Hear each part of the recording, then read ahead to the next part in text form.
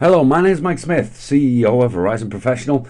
My role today as an educator is to make sure that you know the risks of some of the option strategies that you may have heard people talking about as part of your investment toolbox, so that you're fully prepared and fully informed for what the risks actually are. There are people out on the circuit who like the idea of people investing in sold puts. And the sell for this particular strategy is you can make a monthly income by collecting insurance premium for no dollars down. However, my job here is to make sure that you're fully informed, that you know the risks before you consider signing up to such a program to learn these things and signing up to actually investing in the strategy itself. There is no such thing as free dollars. Okay, there are risks involved with everything, and hopefully after this small session you'll be in a better place to know what those are. So here's how selling put options works. We know that the buyer of a put option is insuring the value of shares at a particular price, i.e. the strike price. So for example, if somebody has shares XYZ, they can insure them, which means they can sell them no matter what happens to the underlying share for a particular dollar value. If, however, you're behaving like the insurance company and selling the insurance, what happens is you collect a small premium for providing this insurance. What that actually means is you are committing to buy shares at a specific price, irrespective of where they go.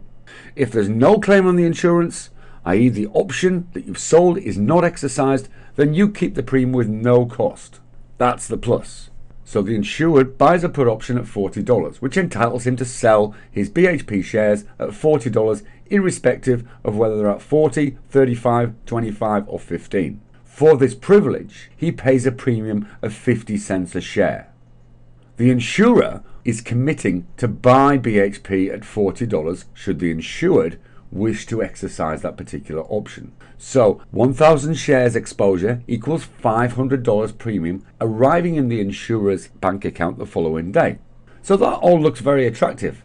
However, if there is a claim, it does mean that the share price has moved lower than the insurance level. And this can happen at any time in the life of the option. And remember, of course, this drop might not just be $1 below or $2 below. It could be substantial. So what if BHP drops to $36, i.e. a $4 drop from where it's currently traded at $40?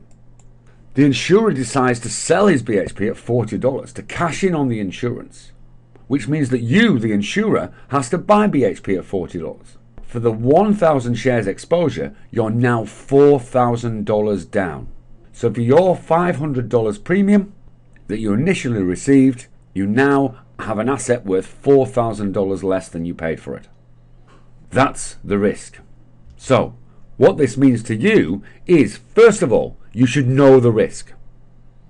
You should learn how options work, are priced, and preferably have bought options previously to selling options.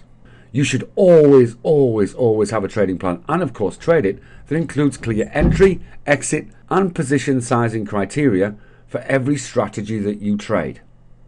And you should also have an appreciation, what we call being market smart, for prevailing market conditions.